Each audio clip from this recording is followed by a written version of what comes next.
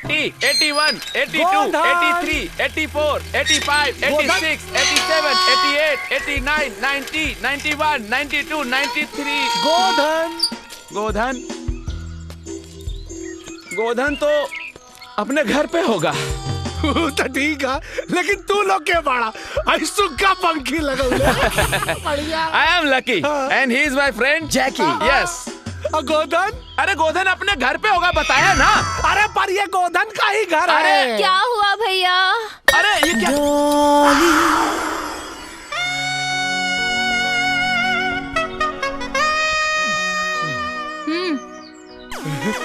क्या हुआ? रहुआ के? मैं राजा की पत्नी हूँ। रहुआ राजा की बीबी है? तू क्या? ए दुल्हन। जी माँ जी। बड़की दुल्हन से कह दा कि तरकारी लेके आवे, हम काट देता नहीं। ए घुघरू। जी मालिक। रमेश के भाई। हाँ? हम तनी खेते में जात बानी। अच्छा जी आइए। राउर ससुराल। अरे सोचत का बानी, अपना घर बा। आई ना राउर रिश्तेदारन से मिलवा दिया मैं। अरे इला चचा यही बाड़ा है। ये बाड़ा श्रद्धेय सम्माननीय राउर ससुर जी। ए भाई साहब, इनसे मिली आदरणीय जेठ जी। अरे मातो जी बानी का आइला। ये राउर श्रद्धेय सासू माँ। अरे भौजियो खड़ा बड़ी। भौजावन तरकारी लेके खड़ा है, राउर जेठान है। दुल्हन कहाँ बड़ी हो? अबला सबसे खास रिश्तेदार राउर सौतन कुसुम देवी। कुसुम देवी, कुसुम देवी, कुसुम देवी, कुसुम देवी। अरे रुका ला, इनकर परिचय हम आप लोगों से करवाइबे ना कहीं। तो सुनी, ये है राजा बाबू के पत्नी डॉली देवी, मुंबई वाली।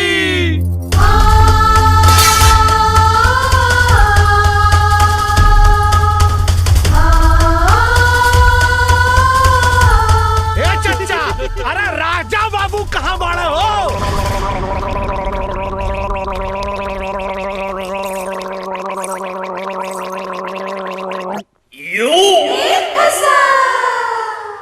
पक राजा बाबू रख ले दुगो मेहरारू, मुंबई में शादी कैला सारू तू पी के दारू। पक राजा बाबू रख ला दुगो मेहरारू, मुंबई में शादी कैला। ले अब समार कमीना। जीजू।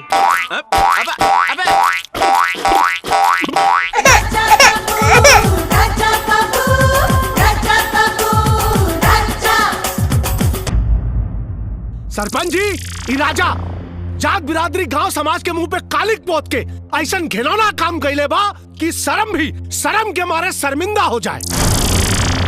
सबसे पहले इ गांव के भोली भाली लड़की कुसुम से ब्याह कैलस, ओकरे साथ जिए मर के कसम खैलस, हर सुख दुख में ओकर साथ देवे का वादा कैलस। और ओकरे बाद यहाँ देखी, इस शहर के भोली भाली लड़की के फसौलस, झूठा प्यार के झांसा देके अपना हवस के शिकार बनौलस। ई वासना का पुजारी है राजा। एक सिर्फ एक काम है, भोली भाली लड़किन के अपना प्यार के जाल में फंसा के उनका जिंदगी बर्बाद कइल। अरे राजा, इस समाज के नाम पे कलंक है। ऐसा व्यभिचारी और दुराचारी समाज खातिर घातक होने, एकरा चलते सरपंच जी हमरे जैसन सीधा साधा नौजवान का भविष्य खतरे में बा। आप लोगन से विनती बा महाराज कि ये राजा के सिर्फ जात बिरादरी से ना, गांव समाज से मुंह करिया कह कहकर निकाल दे जाओ। ये सब झूठ है, ये सब झूठ है सरपंच जी। ये हमारा बेटा के फंसावे के साजिश है। दीनदयाल जी, पंचायत के काम में दखल अंदाजी मत करी। का सही हो का गलत हो, एकर फैसला पंचायत करी। डॉली, तोहार राजा से का संबंध हो? राजा मेरी बहना का पति है। तू चुप रहा। ये पंचायत हो, सवाल जकरा से कल जला जवाब भी वह देला। डॉली जवाब द। मैं राजा की पत्नी हूँ। एकर का सबूत हो कि तू राजा के पत्नी हो? चेक लगी। ये है सबूत।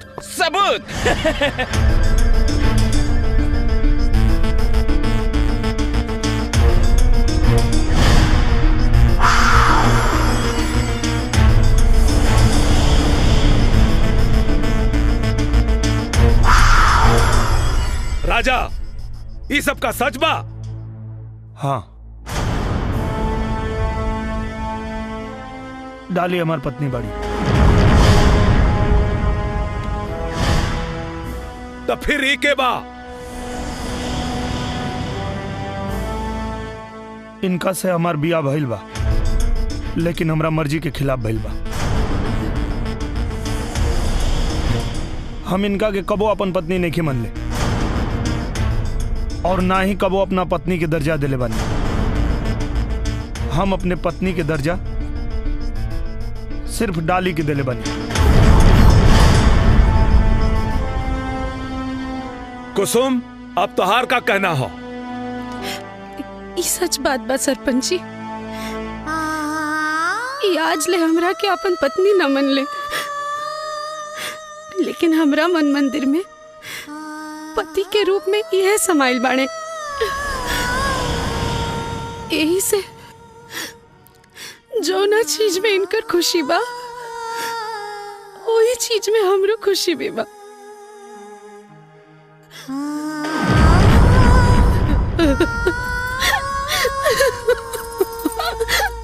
डॉली, अब तू का चाहता रू? मैं राजा को हमेशा के लिए अपने साथ लेके जाना चाहती हूँ।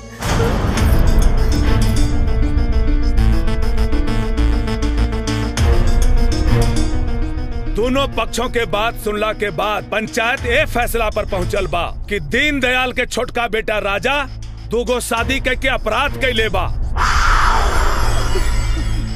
बाकी पति के छत्र छाया से वंचित रहला के स्थिति में राजा के संपूर्ण चल और अचल संपत्ति मुआवजा के तौर पर कुसुम के दिहल जाता, जौना में राजा के जीतल 7 करोड़ रुपया भी शामिल हो। चूंकि राजा व डॉली साथ साथ पति पत्नी के रूप में रहल चाहता रे, ये खातिर राजा डॉली के सुपुर्द कइल जाता। अब डॉली राजा के लेके कहीं भी जाए ले स्वतंत्र बाड़ी।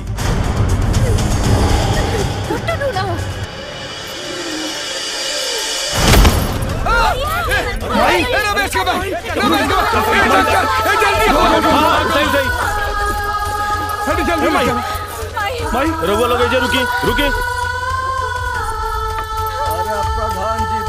बहना बहना सुनो तो सही। भैया, ये तो सारा पाशा ही उल्टा पड़ गया। सारी दौलत ले गई वो देहाती कुसुम, और मेरे हिस्से में आया मिट्टी का ढेर जाहिल गंवार राजा। अब उसका क्या मैं अचार डालूं? बहना, राजा साहिल गंवार जरूर है, पर वो मिट्टी का ढेर नहीं है। अरे वो तो हमारे लिए बेरर चेक है बहना, बेरर चेक। एक बार अकाउंट में अमाउंट शिफ्ट होने की देरी है, फिर देखना उसे हाथों हाथ में जाकर कैश कर लूंगा। नहीं भैया, मैं अभी जा रही हूँ और कह रही हूँ कि कुसुम को राजा दे दो और मुझे पैसे। बहना, अरे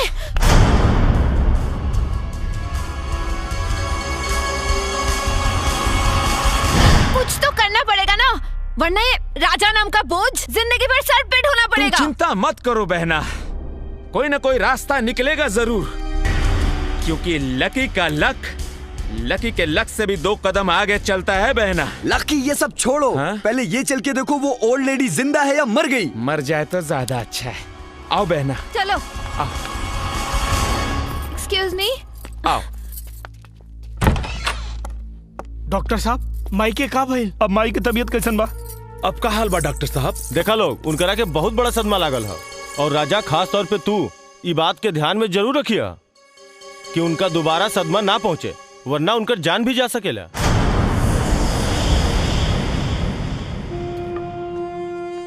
सरपंच जी, हम पंचायत के फैसला के सम्मान करत बानी, बाकी हमरा पंच लोगन से एगो विनती बा, जबले राजा के माई पूरी तरह से ठीक ना हो जाए तबले राजा के रोक ली, न तो बेटा के दूर जाए के गम में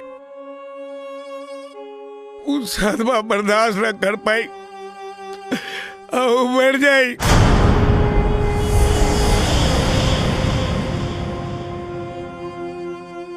दीनदयाल जी, सब पंचन के ई राय है कि जबले राजा के माई पूरी तरह ठीक नहीं हो जात तब तक राजा के एजे रहे के पड़ी। लेकिन हम बहना पर तब तक मैं कहाँ रहूंगी? इहो कोनो पूछे वाली बात है? अरे जहाँ राजा रही है वहाँ तू रह सकेलू का। दीनदयाल जी मंजूर बा ना? ठीक बा। तो आई चली कागजी कार्रवाई पूरी कर ली जाओ। चले पंच लोग। माई के लेके तू घर आ जाइया। ठीक बाबूजी।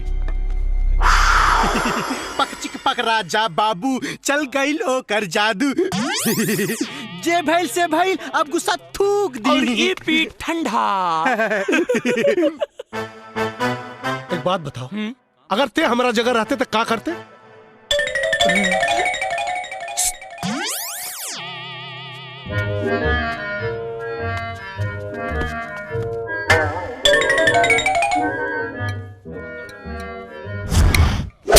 करती कगल।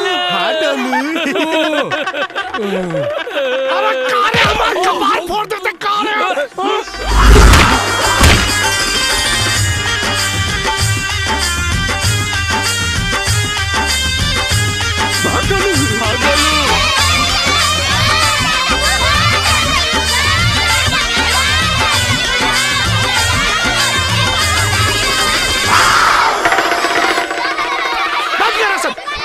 गोलू गोलू। ए घुंगरू जी मालिक। ये लोग के कमरा दिखा दो। जी।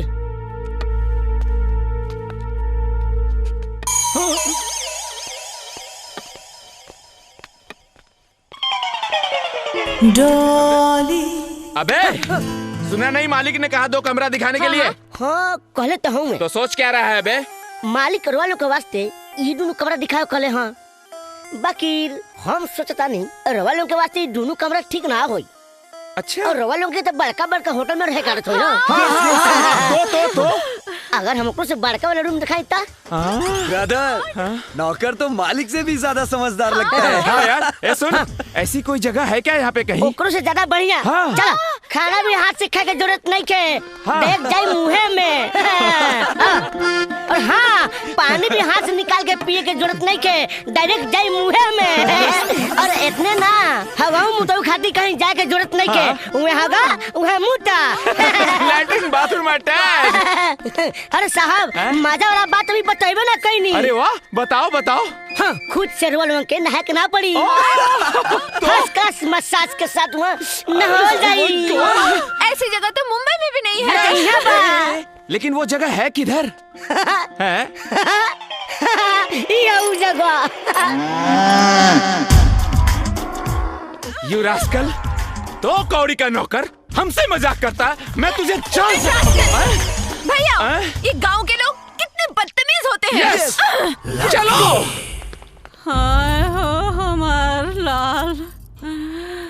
तो के छोड़ के कहीं न जाए भाई, हम कहीं न जाए। बस तू जल्दी से ठीक हो जा। तू चिंता मत करा, हम कहीं न जाए। राजा भैया उजन सामान गोधन गड़े पड़ल बा तो केवलो मंगवले हलो। माई हम अभी आवत नहीं। चल।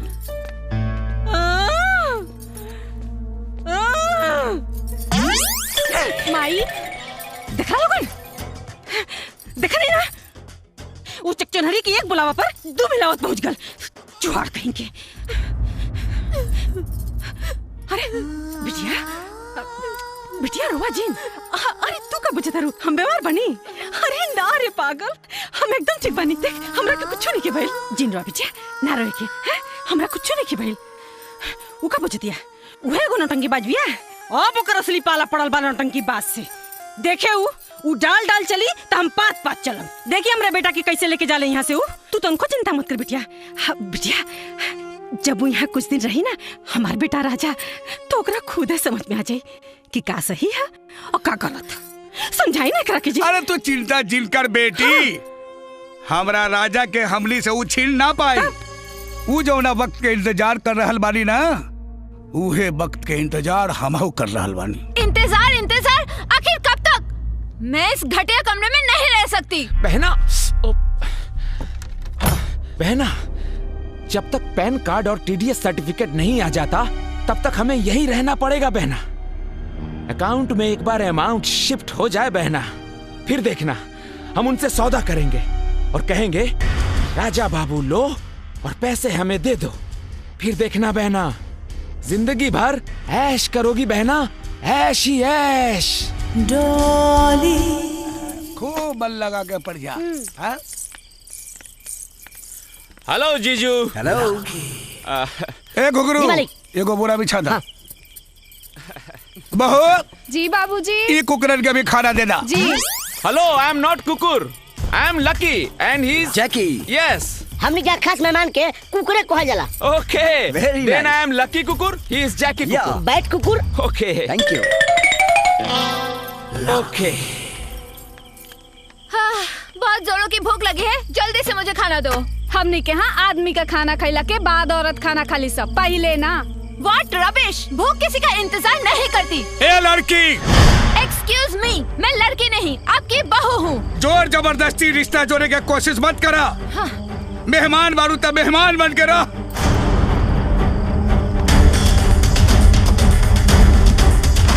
मैंने सुना है गांव में पति का जूठा खाना भी एक रिवाज है। लीजिए, खा लिया मैंने।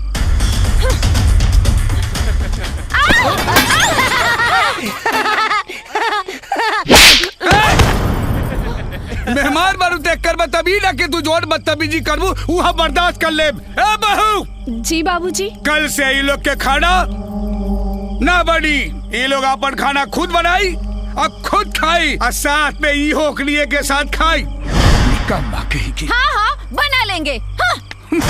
जैकी, चलो कल से अपना हाथ जगन्नाथ।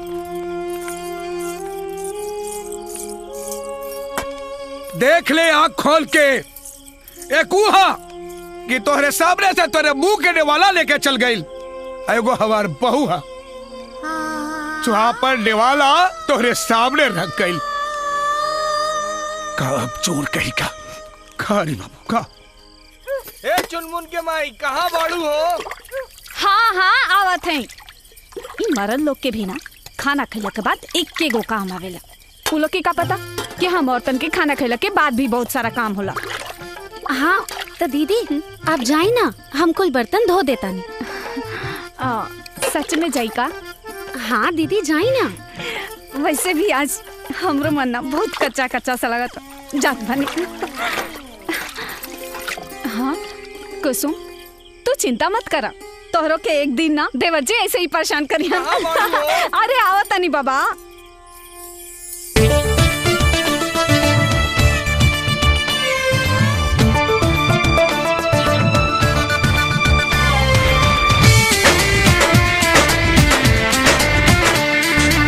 सबके हु खाके सुत गइल वैसा जानवा, छोड़ न कलाई ढोले बेद बरतनवा। ए सबके हु खाके सुत गइल वैसा जानवा, छोड़ न कलाई ढोले बेद बरतनवा। प्यार तोरे खातिर पूरा रात बाटे बाकी। बतावा गोरी,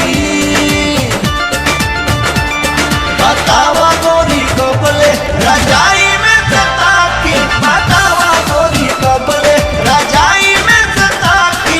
अरे घुमुड़ घुमुड़ करबू जाग नहीं है काकी। अरे घुमुड़ घुमुड़ करबू।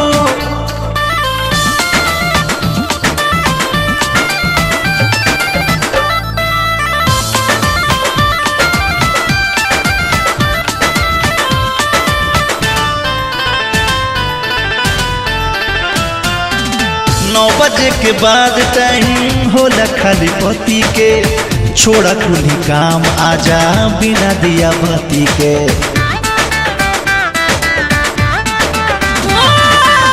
रात भर लगे रहो गलत निशान, तब ले चढ़ाव राजा तकिया पे कवर। चले नहीं दे हम आज तोहरो चला की। बतावा गोरी, बतावा गोरी कबले रजाई में सता की। बतावा गोरी कबले रजाई में सता की। अरे घुमुड़ घुमुड़ करबू जाग नहीं है काकी। अरे घुमुड़ घुमुड़ करबू।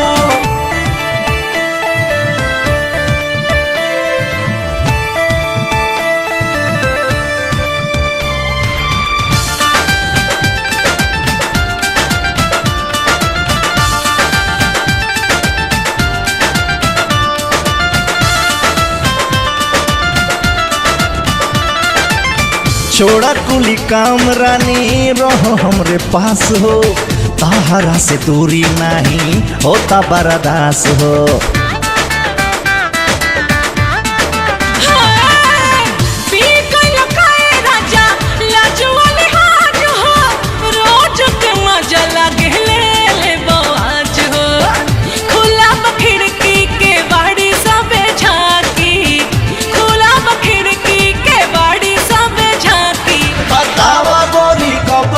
रजाई में सता की बतावा गोरी कबले, रजाई में सता की हर खूबुड़ खूबुड़ करबू, जाग जाई है काकी हर खूबुड़ खूबुड़ करबू।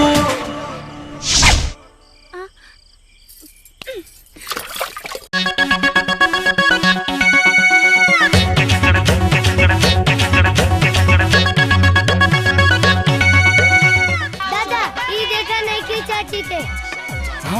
अरे बुढ़वा देखी का राजा बाबूजी राजा आगे नहीं बाबूजी। कहा बन बाबूजी ईसा कहा रे?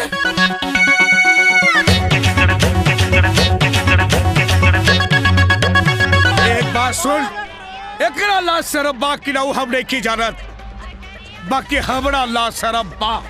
एक बात कान खोल के सुन ले, आज के बाद अगर ऐसा भइल तो फिर सोच लिए।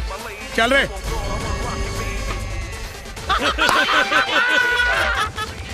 डाली डाली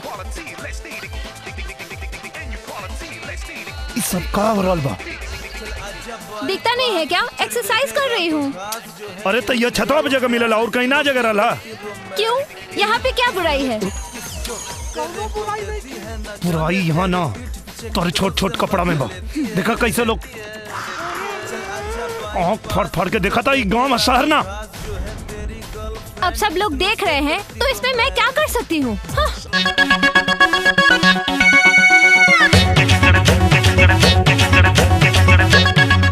सुना डार्लिंग, अब तो के केहू घूर घूर के देखी तो हमके अच्छा लगी। चला ना हैं?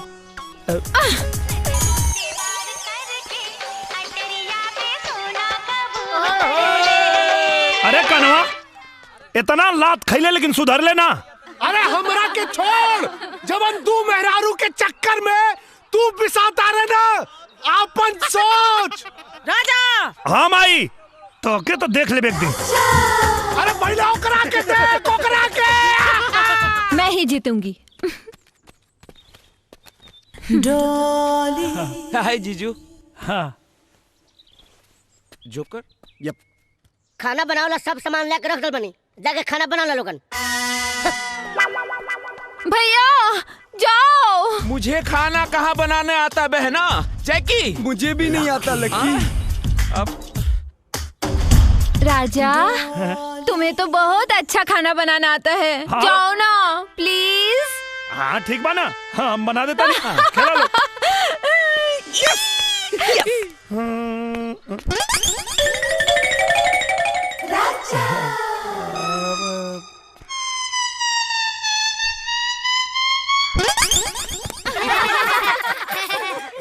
ओके। क्या हो गया?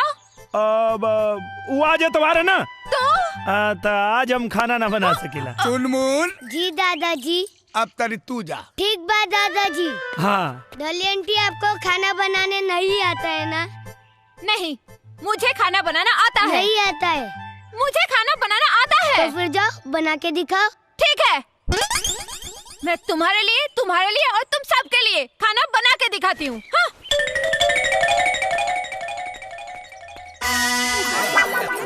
घुघरू हाँ बढ़िया खाना बनाओ। डॉली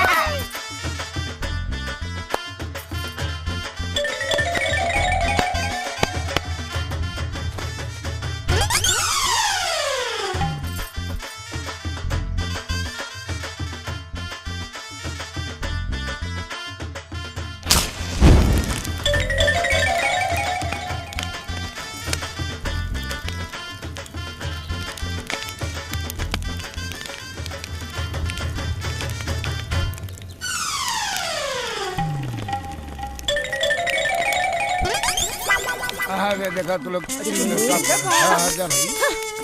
डॉली अरे चुनबुल हम तोरे खातिर चॉकलेट लेवे चलब। डॉली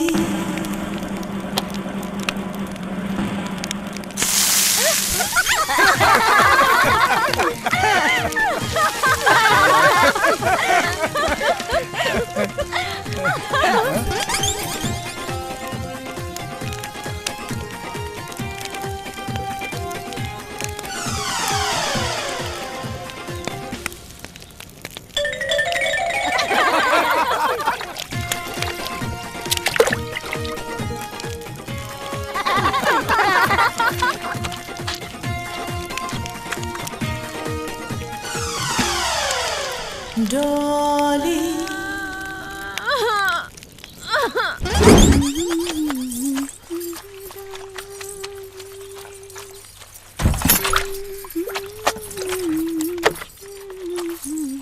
छी, how dirty! कितने गंदे लोग रहते हैं यहाँ पे। हाँ, कुछ गंदा लोग घर में आ गइल बड़ा, ऐसे घर अपवित्र हो गइल बा।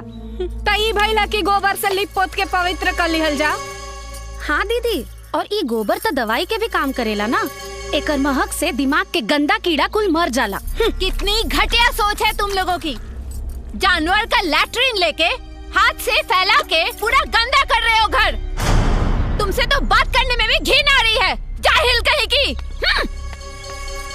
बड़ी आई बताने वाली। जा जल्दी से जा। अब तुमके तो हम बतावतानी कि गोबर का चीज होखेला। चुनमोन जल्दी आवा।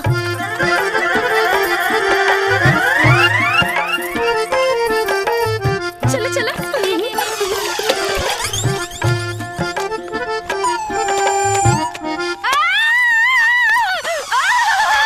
मुझे खुजली हो रही है, मैं क्या करूं? पानी। अरे बहना, क्या हुआ बहना? खुजली पुलिस बुलाओ, पुलिस बुलाओ। मैं क्या करूं? कॉल नहीं लग रहा। एम्बुलेंस मंगाओ। और क्या हुआ बहना? अरे फायर ब्रिगेड को फोन लगाओ यार। तुम्हें मजाक सूझ रहा है। अरे यार, एक खुजली तक गोबर लगावला से जाई ना। हाँ दीदी, लेकिन ई गोबर के छुई है कहाँ? गोबर तो जानवर के लैट्रिन होला, गंदा होखेला ना। अरे यार, बहना नो, बहना नो, बहना नो, बहना पॉटी, बहना पॉटी, जानवर का टट्टी बहना, पॉटी बहना, टट्टी, आई मीन जानवर का टट्टी बहना। क्या करूं मैं बहना? चुप, अबे चुप। अरे बहना नो, डोंट डू दिस बहना। अरे अबे हट में, अबे बहना, बहना ये रोक लो बहना। सब ठीक है बहना? हाँ हाँ। उस्ताद, अंग्रेजी दारू बा, नीट पीहे तो कलेजा जल जाई। अरे कलेजा तक कब से जरत है गोलुआ। ये कलेजा तो तब ठंडा हुई जब वो रजवा के मुंह पे कालिक पुताई। ये कौन बड़ा मुश्किल काम बा। एक आइडिया आ गइल। अगर गड्ढा खन के पानी डाल के ओमे करिखा मिलाई के अगर तू रजवा को में ढकेल दा तो मुँह का पूरा शरीर करिया हो जाए। का गोलू? हाँ डोलू। उस्ताद जी। अरे कौना मनोज गाड़ी में तोनी के अपन चेला बनौनी रे। मुंह रख। अबे करिखा का बात ना करतानी, हम बेइज्जती का बात करतानी। और ओकर बेइज्जती तो तब हुई जब बात ओकरा इज्जत पे आई। और ओकर इज्जत है शहर वाली।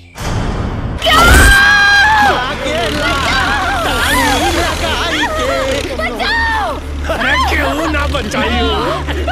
के बचाई तोरा। अब पता चली हो रजवा के माला पहनने का अंजाम का होला। अरे कहाँ जाता है टोली बेबी?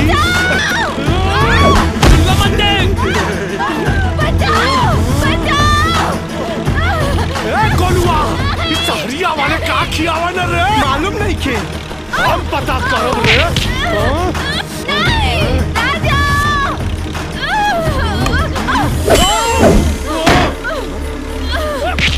अरे बहुत जानवा हो। प्लीज मैं तुम्हारे आगे हाथ जोड़ती हूँ। अरे हाथ मत जोड़ा, आ जाओ, आ जाओ। अरे तू तक कहाँ बालू हो? अब तो पूरी रास लीला बाकी हो। राजा!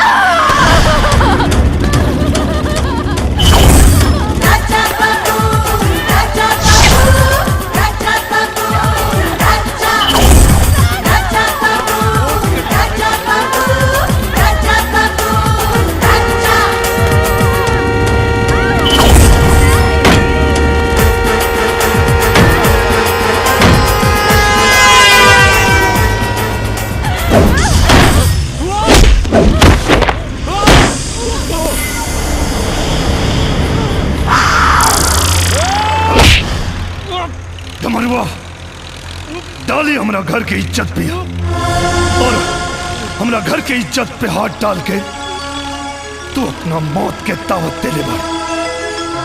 आज तोड़ा के जिंदा ना छोड़।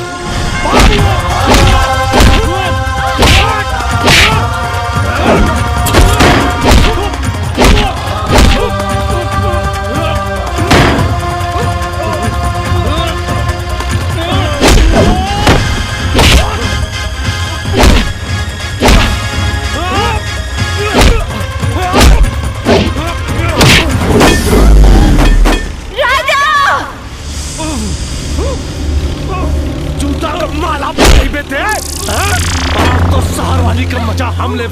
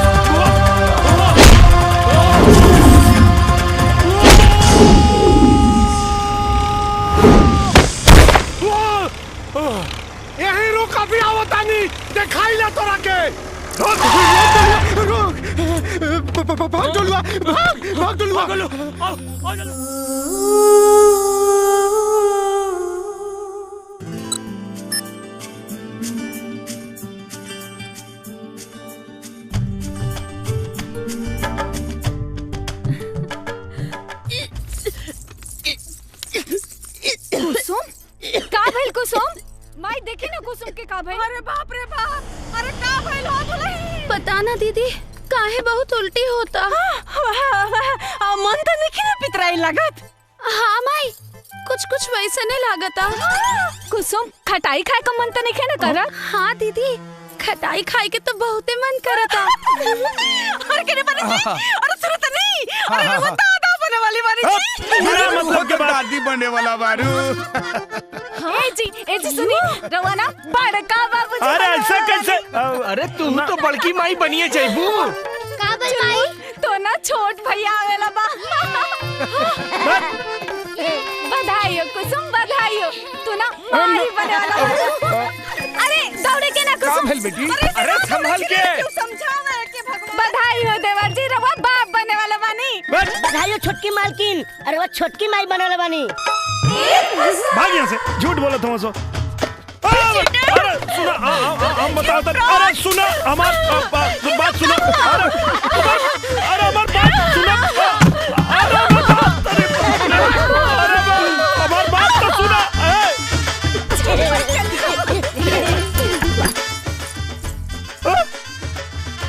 ऐसे कैसे माई बन गई? रमेश जी बाबूजी। एने आवा, खेत पर मजदूर आवे वाला बा, जाके सारा गेहूं कटवा लिया। बाबूजी हमरा के कृषि विभाग के ऑफिस जाए के बा, रहुआ एक काम करी घुंघरुआ के भेज दी। अरे घुंघरुआ बाजार गइल बा तो रहुआ चल जाए। अरे हमरा घुटना में इतना दर्द हो रहल बा, हम कैसे चल जाई? तब के जाई बाबूजी? अब हम कह जानी के जाई? बाबूजी हम चल जाए का? ठीक बा, अगर तोरा जाए के मन बता तू जा सकेला। ठीक बा, जाता नहीं। सुना, पूरा खेत कटवा के आई हा, एने ओने घूमे मत चल जाई हा। हम चाहता नहीं कृषि विभाग।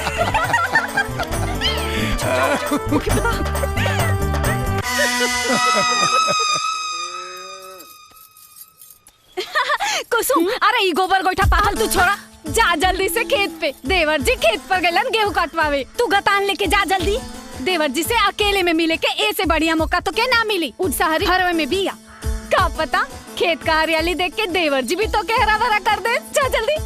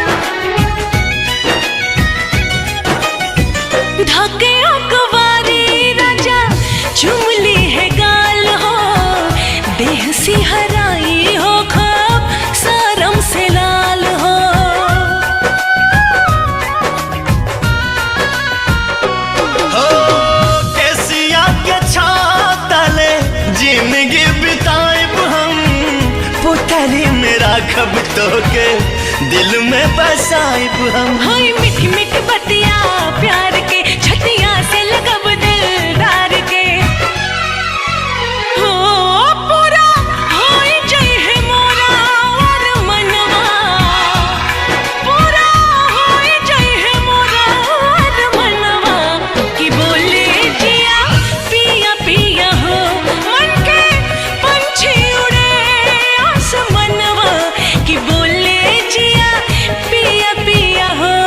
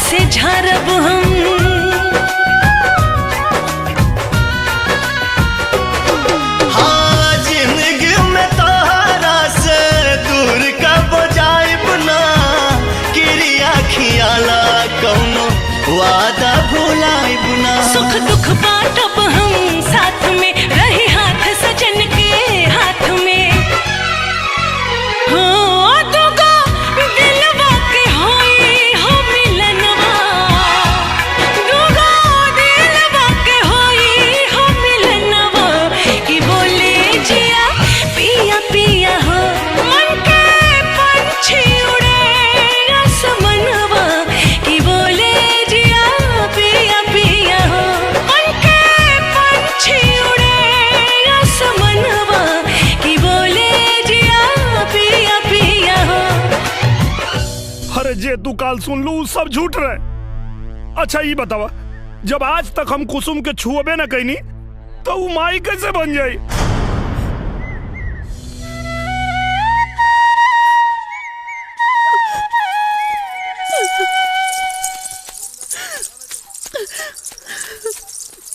सुनो ना, आई डोंट बिलीव यू।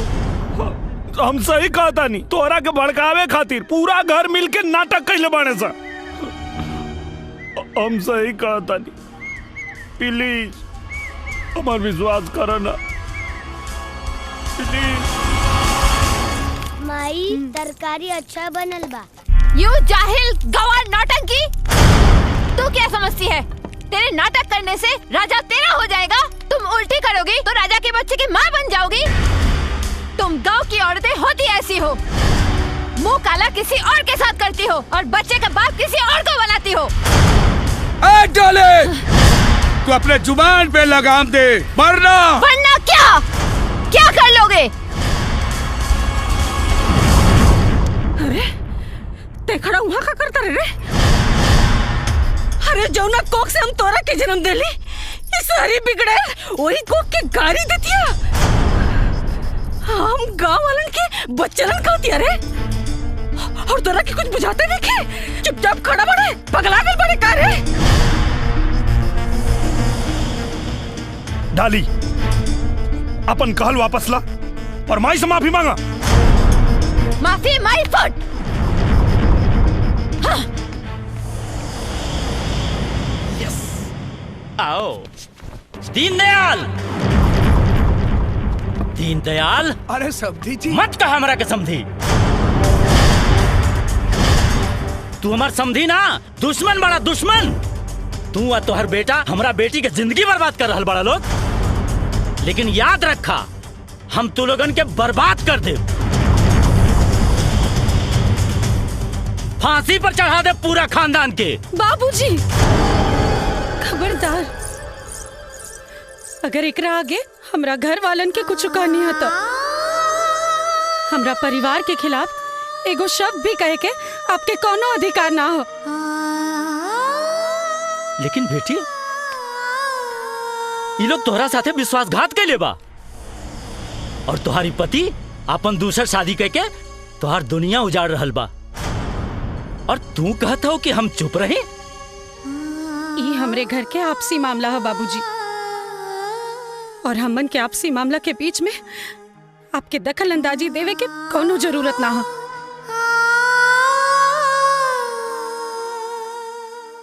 बाकी कुसुम बेटी, हम कोनो गैर ना, तो हर बाबूजी हैं। हाँ बाबूजी, आप हमार बाबूजी हैं, लेकिन जे दिन आप हमार कन्यादान कर देनी, वही दिन से हम ये घर के बहू हो गए नहीं बाबूजी।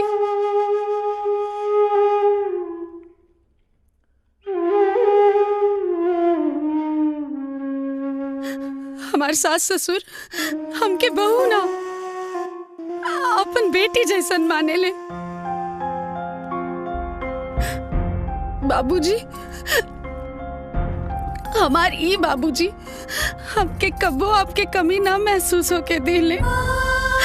हमार जेठ जी हमेशा एगो बड़ भाई होके के फर्ज निभवलन, और जेठानी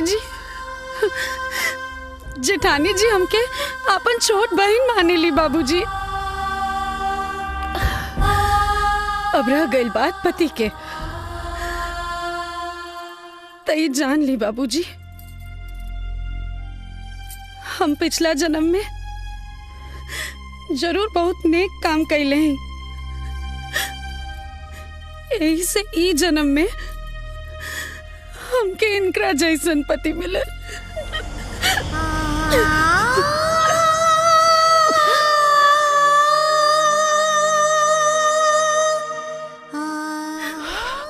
वाह बेटी वाह,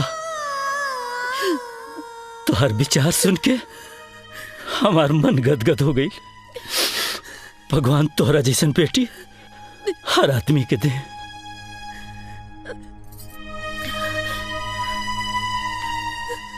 भगवान तोहरा के खुश रखे।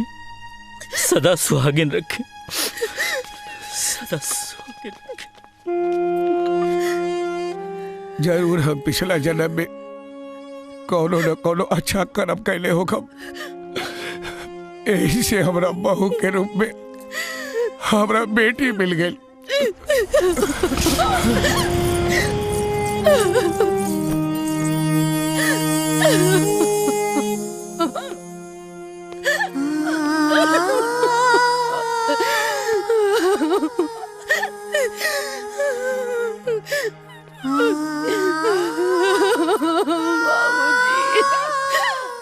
कुसुम,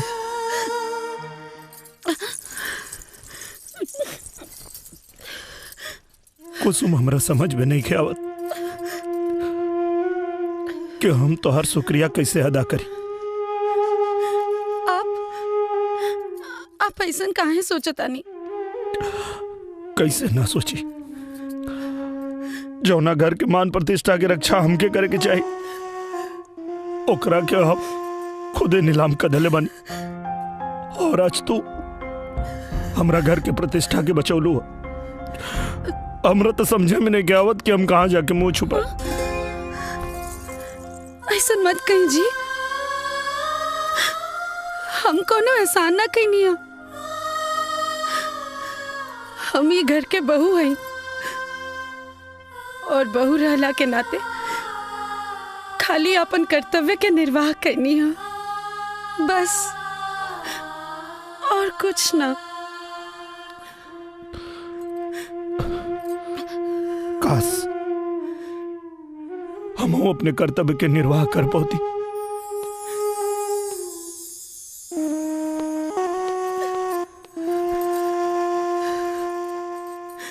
कुसुम, कुसुम, बधाई हो देवरानी जी, बधाई हो। कम से कम देवर जी के अपन गलती का एहसास तो भाई। खाली एहसास कैला से का होई दीदी, हम तो आज भी उनके खातिर पराये बानी। पागल कहीं के, जब सावित्री अपना पति का प्राण यमराज से छीन के लेके आ सकेली, तई सहरी का का औकात जे तोरा पति के तो से छीन सके। अरे हाँ, कल ना तीज का त्योहार है, तू खूब मन से भोले बाबा के मनैया, उ तोहार सुहाग तोहरा के जरूर लौटा दी हन। अब चला हजरत, हाँ जा तैयारी कर, जा। डाली, माई से माफी मांगा, माई से माफी मांगा। सिस्टर, सिस्टर, सिस्टर, ओपन द डोर सिस्टर।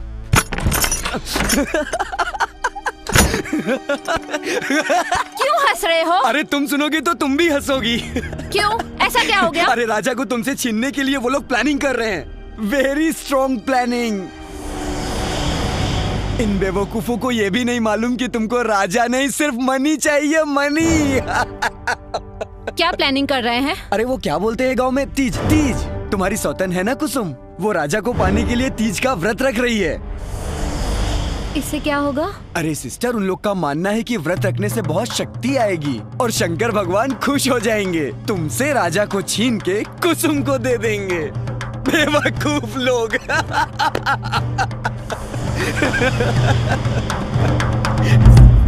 दीदी, ई साड़ी कैसन बा? अच्छा बात।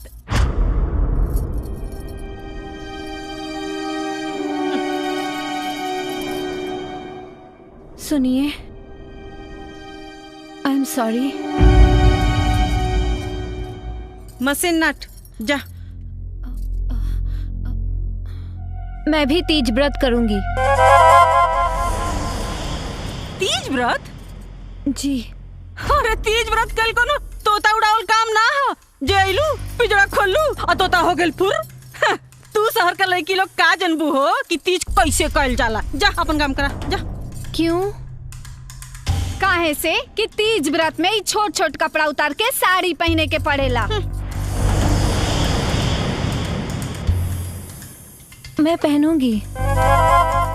अरे इतना आसान काम ना होला। तीज व्रत में पूरा एक दिन और एक रात भूखे पेट रहे के पड़ेला और तोरा से तो 1 मिनट भूख बर्दाश्त ना होला। तू कैसे रहबू तीज व्रत? हैं?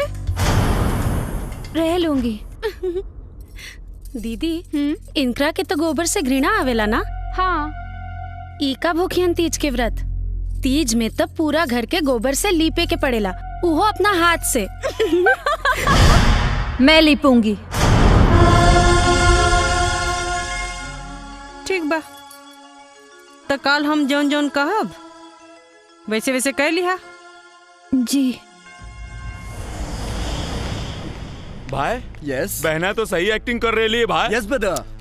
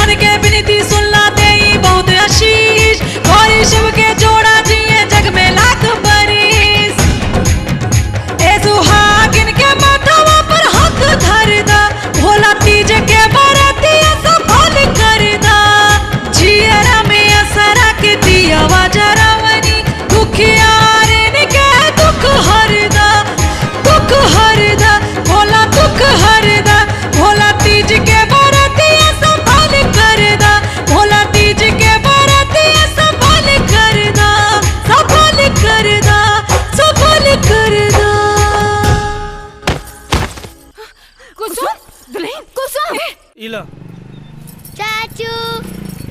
अरे गोदन भैया हाँ भाभी। कैसन तबीयत बा आपका? ठीक ठीक ठीक ठीक। कहाँ कट ले रहा? अरे कुछ ना, सब ठीक है। अरे माई हम ठीक बानी। सब ठीक बा भैया। अरे गोधन कैसन बा तोहर तबीयत? अरे कोनो बात नहीं के बाबूजी, सुई दे देले बा, एकदम ठीक हो जाई। कोनो ए बात नहीं। रमेश एकरा के उठावा आले चल खटिया पर रखा। अरे नाना बाबूजी। अरे चुप, जब तक तोहरे भाई बाबूजी चारों धाम से ना आ जाइहन तब ले अरे लेकिन हमार हजामत करके सामान तो घर में रह गइल बा। अरे चल ठीक है, ले चल। अरे भाभी खाना निकाला ना, बहुत जोर से भूख लगल बा। रउआ के कुछ होश खियाल बा? का भाई? कुसुम अब ही ले आपन व्रत नइखे तोड़ ले, ओही तरह भूखल पियासल पड़ल बिया। काहे? जैसे कि रउआ के कुछ पते नइखे कि जबले एगो तीज का सुहागन अपन पति का आशीर्वाद ना ले ले तबले व्रत ना तोड़े ले। लेकिन रउआ के का फर्क पड़े वाला बा? वो खाओ पियो चाहे ना खाओ पियो, जिए चाहे मर जाए, रउआ के वो देवता माने ले। लेकिन रउआ देवता ना, पत्थर है पत्थर। लकी भैया, लकी भैया, अरे आप आ गए? आप जल्दी अंदर आइए ना, मुझे आपको कुछ दिखाना है, प्लीज जल्दी आइए।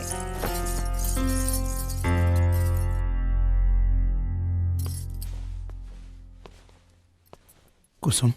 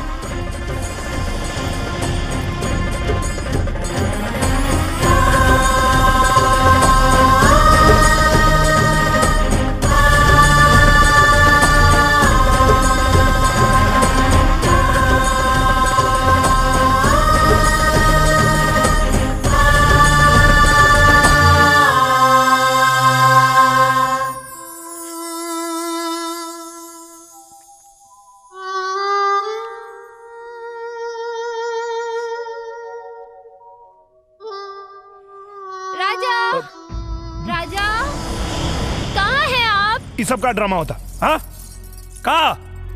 जब पंचायत में एक बार फैसला हो गई तई खाना पीना छोड़ के का साबित कर चाहता रू? ये सब खाना पीना छोड़ला से कुछ होके वाला नहीं के। अब चल जाओ, खाए के बाद तो खो, नहीं तो मत खो।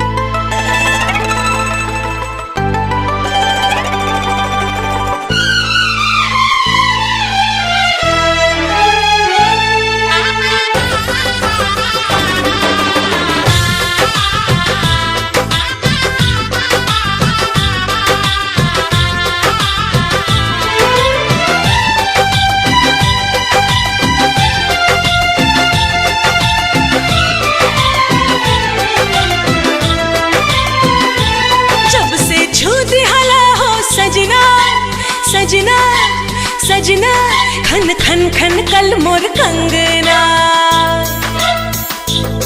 जब से छूटी हला हो सजना खन खन खन कल मोर कंगना, दिल के धड़कन बजाए सहनाई आवे लागल ए राजा गड़ाई, आवे लागल ए राजा गड़ाई।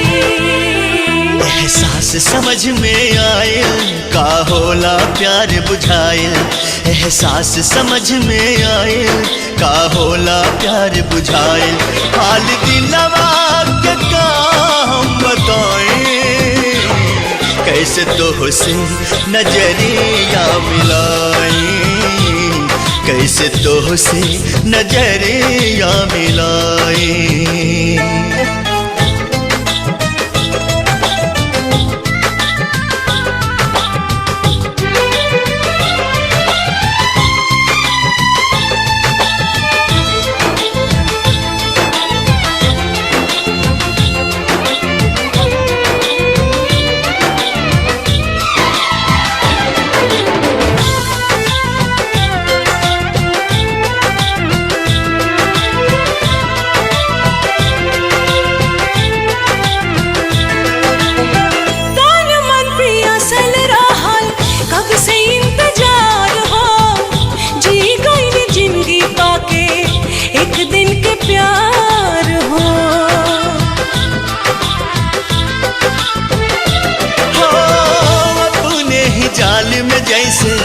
फसल बा पहेलिया बुझे नहीं पावे केहू नियति के खेलिया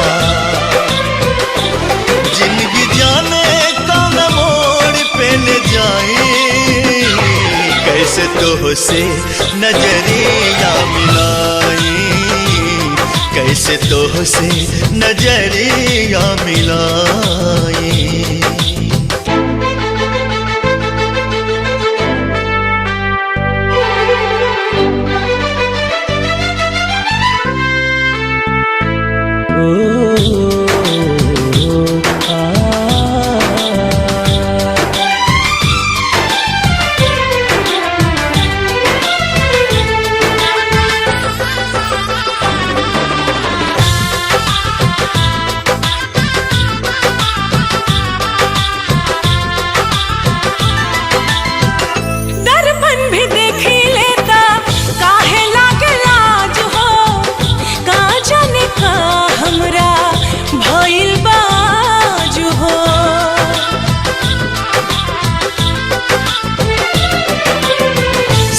फेरा सातों वचन सगरो भुलैनी पति के धर्म का होला वो ना निभैनी हम त जन्म जन्म कह के पाई आवे लागल ए राजा अंगड़ाई हो आवे लागल ए राजा अंगड़ाई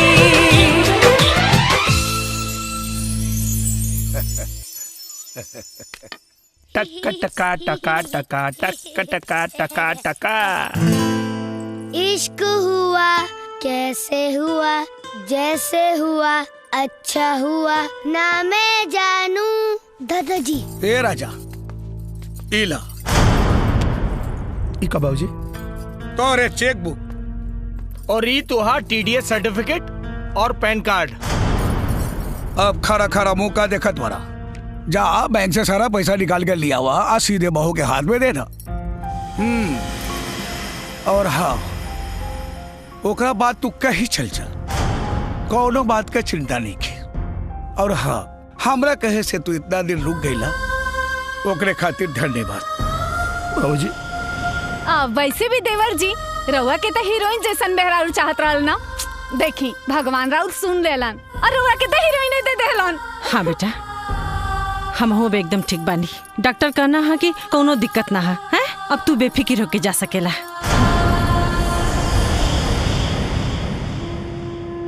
बाबूजी बाबूजी हमसे गलती हो गई बाबूजी हम कहीं ना जाए बाबूजी उनके माफ कर दे। तू का समझेला कि तोहरा से प्यार करेली का बोला? अरे उधर तोरा पैसा से प्यार करेली। सुना जा पूरा पैसा निकाल के ओकरे हाथ में दे दा फिर देखा पैसे के कमाल। हाँ जा। हाँ बाबूजी। जैकी यस चलो।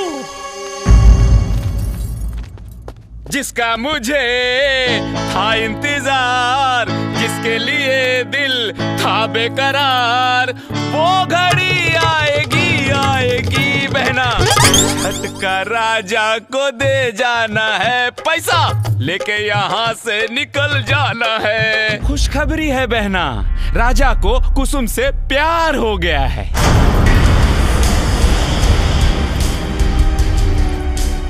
अब पैसा तुम्हारे पास खुद ब खुद चलकर कदमों में आने वाला है बहना। नहीं भैया मुझे पैसा नहीं राजा चाहिए। ये क्या बोल रही हो बहना तुम्हारा दिमाग तो नहीं खराब हो गया है? मुझे राजा से प्यार हो गया है। क्या? अगर दौलत रहेगी बहना तो ऐसे सैकड़ों राजा तुम्हारे कदमों में होंगे।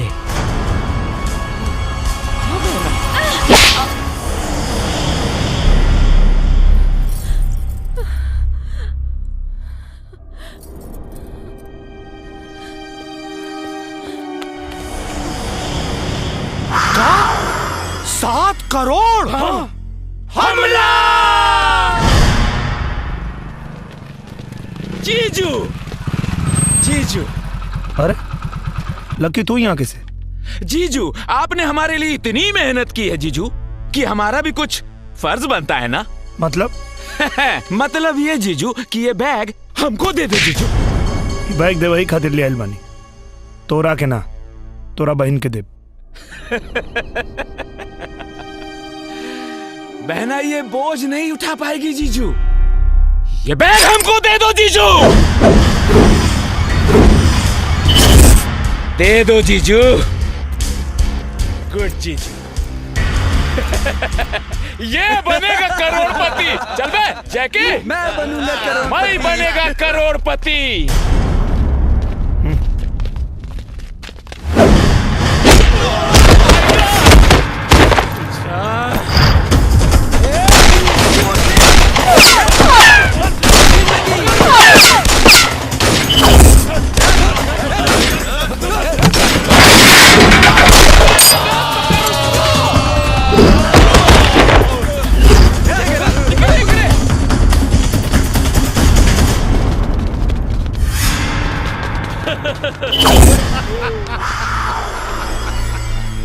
कहा भैया कहा?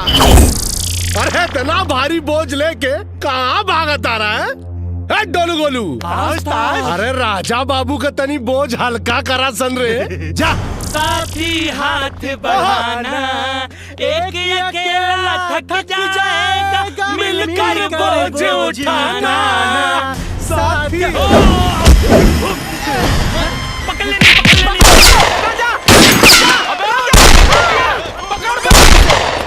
पैसा पकड़, चलो चलो।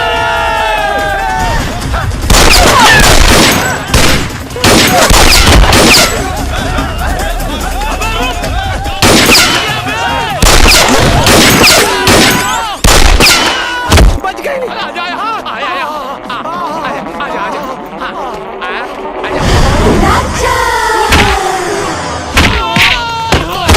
जिया राजा,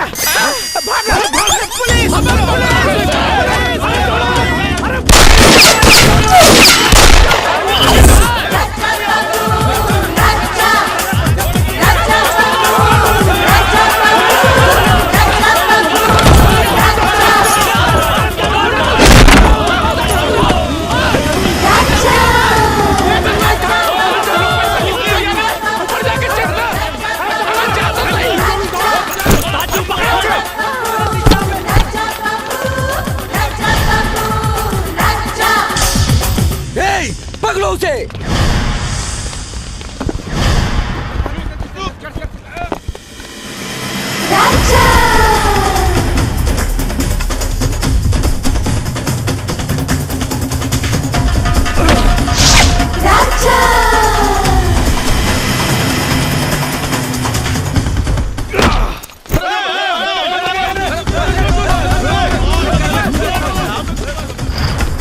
रुक जाओ राजा बाबू।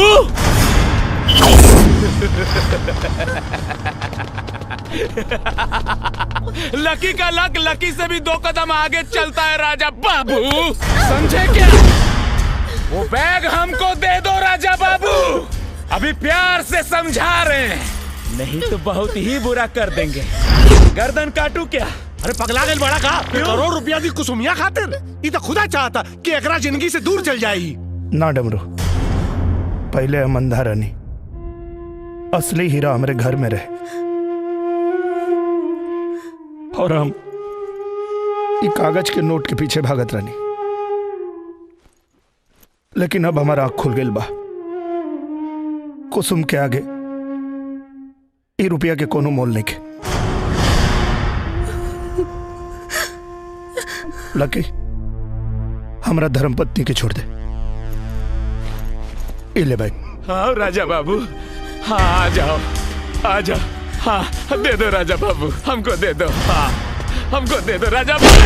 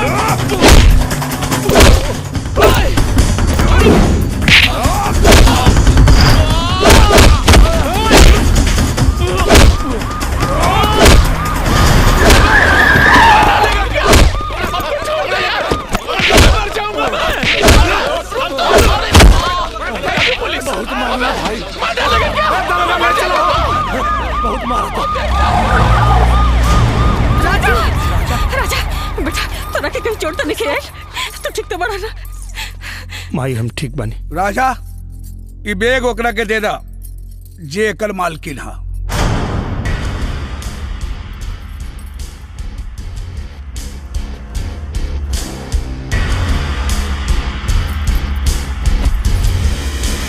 सुनिए, इसकी मालकिन मैं नहीं कुसुम है। इसे ले जाकर कुसुम को दे दीजिए। हाँ, एकर मालकिन कुसुम बा, लेकिन एकर जरूरत तोहरा के ज्यादा बा। बैग ला और जा यहाँ से। मैं सुन रही हूँ, इसका मतलब ये नहीं कि आप कुछ भी बोलते जाए। राजा सौदा भी पूरा नहीं के भाई, जाके जमीन जायदाद के कागज लेके आवा, तब जाके सौदा पूरा हुई। मैं राजा के लिए दुनिया की सारी दौलत को ठोकर मारती हूँ। मुझे सिर्फ और सिर्फ राजा चाहिए। चलिए राजा। हम तोरा साथ ना जाए। क्यों? काहे से कि अब हम कुसुम से प्यार करी ले। रंग बदलने में तो आपने गिरगिट को भी मात दे दी।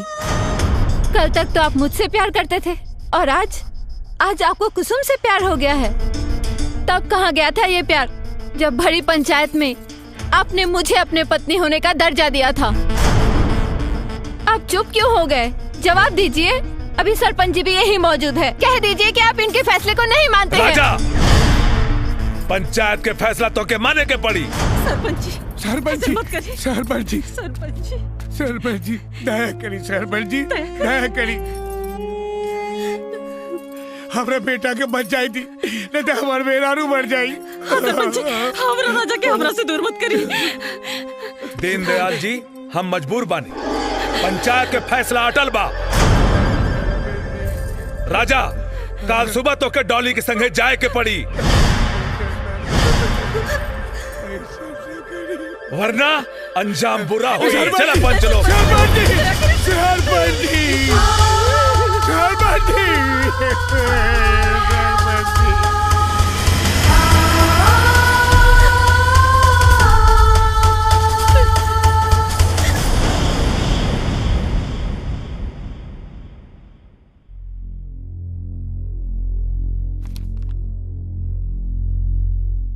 माफ कर दो।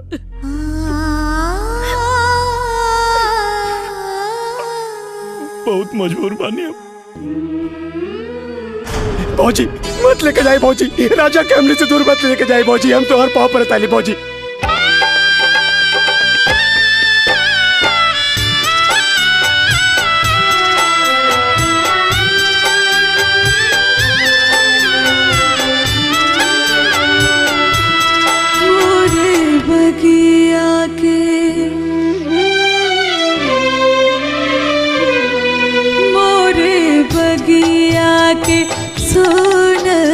सुगनवा सुगनवा कहवा उड़े रे चलने हो मोरी बगिया की सोन सुगनवा सुगनवा कहवा उड़े रे चलने हो। पूछे निमिया से पुरवा पवनवा सुगनवा मोरा कहाँ रे चल रे हो मोरे बगिया के।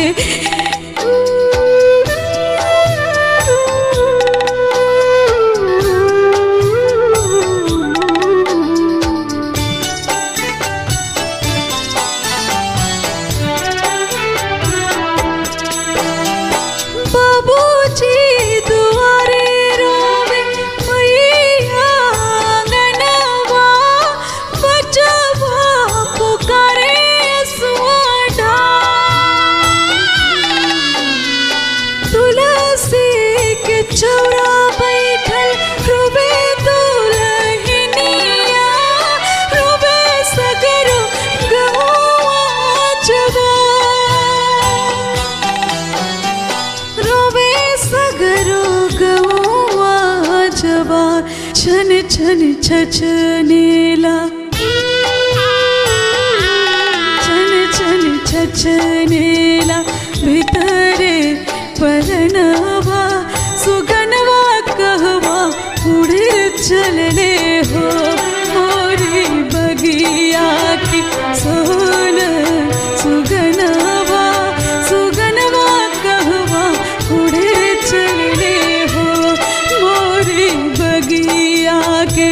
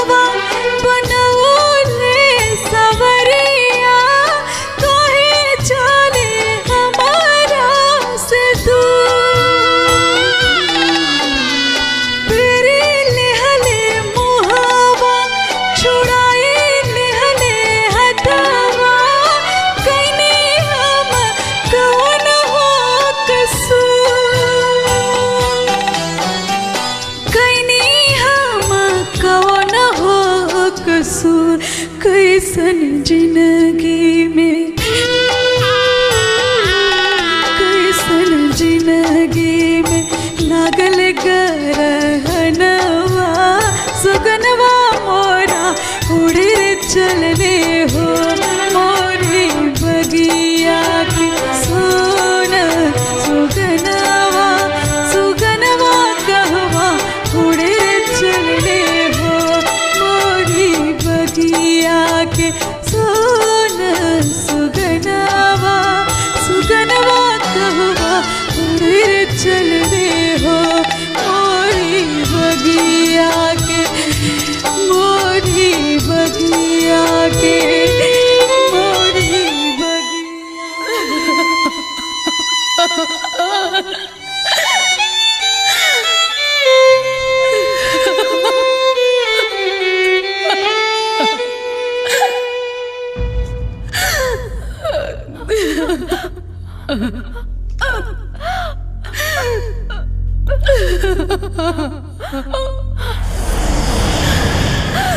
उठो बहन, मत रो। अब तुम्हें रोने की कोई जरूरत नहीं। ये सच है कि मैं यहाँ पैसों के लिए आई थी,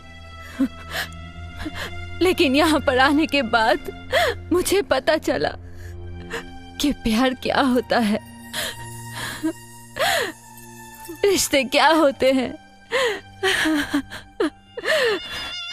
मैं राजा से सच्चा प्यार करने लगी हूँ और अपने प्यार में स्वार्थी होके एक परिवार से उनके बेटे को छीनने जा रही थी।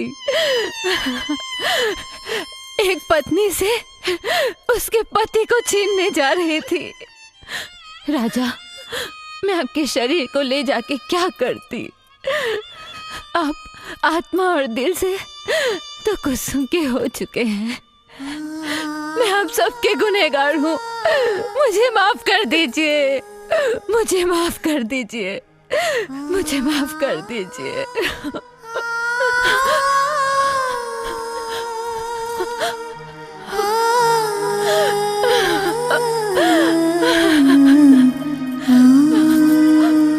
बेटी, बाबूजी, बाबूजी। नहीं बाबूजी, आज मुझे जी भर के रो लेने दीजिए।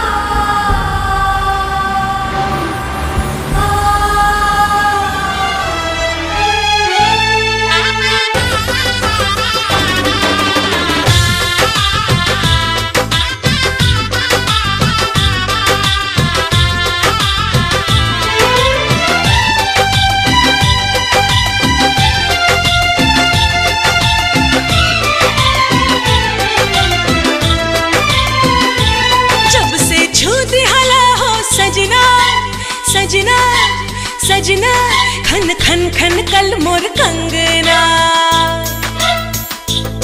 जब से छूटी हला हो सजना खन खन खन कल मोर कंगना दिल के धड़कन बजाए सहनाई आवे लागल ए राजा गिराई आवे लागल ए राजा गिराई एहसास समझ में आए का होला प्यार बुझाइल एहसास समझ में आए का होला प्यार बुझाइल हाल दिलवा के का हम बताएं कैसे तो से नजरिया मिलाई कैसे तो से नजरिया मिलाई